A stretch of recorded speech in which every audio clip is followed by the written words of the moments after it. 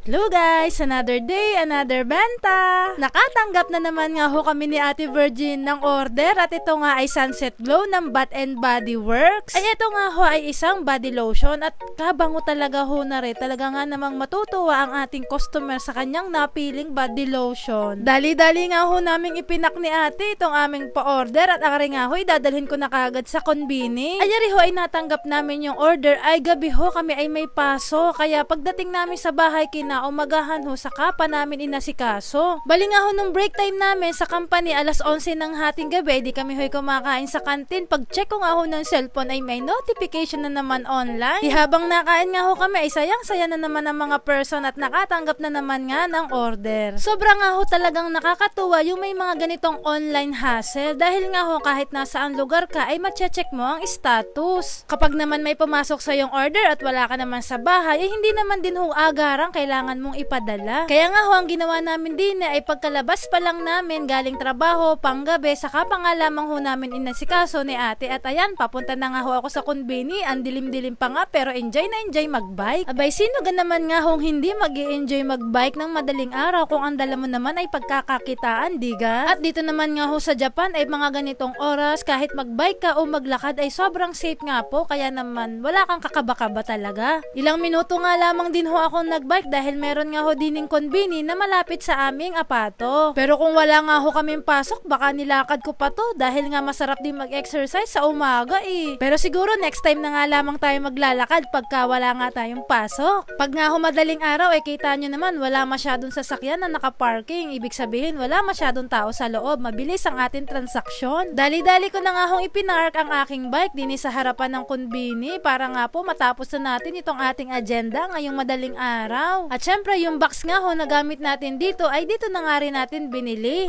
Nakakagalak nga ho dahil sunod-sunod yung mga order sa atin online kaya naman kami busy pagkakatapos magtrabaho. Pero syempre nga ho kahit sa anumang sideline kailangan paalalahanan ang sarili na dapat hindi maapektuhan ang trabaho. Nang sa gayon nga ho ay wala namang maging problema. Kung trabaho ay trabaho lamang. Kung sideline ay di mag-sideline ka. Hindi naman masama eh. Eh ang kagandahan nga ho din ay hindi naman talaga palaging araw-araw meron kang benta. Kung baga sa isang buwan meron kang isa or dalawa ay ayos na nga ho. Nagkataon nga lamang ho na ngayon taon talaga ay wala pa rin kaming OT kaya sobrang dami naming extra time at nasasayangan naman kami. Kaya nga ho kahit papaano ay humahanap kami ng ibang pagkakaabalahan para naman do sa mga free time na meron kami. Dahil syempre alam naman ho nating lahat na kapag walang OT ay hindi rin ho gaanong kalaki ang magiging sahod mo. Ay sadya naman hong yan ang katotohanan ng pagiging isang OFW, hindi laging malaki ang sahod. Yung iba lang ang nag-iisip na palaging malaki ang sahod ng mga OFW. Hindi pa kasi nila na-experience kung paano nga ba talaga ang buhay ng pagiging isang OFW. Kaya ang akala lamang lagi nila ay malaki ang sahod mo. Ay siya, uwi na ho ako. Bye!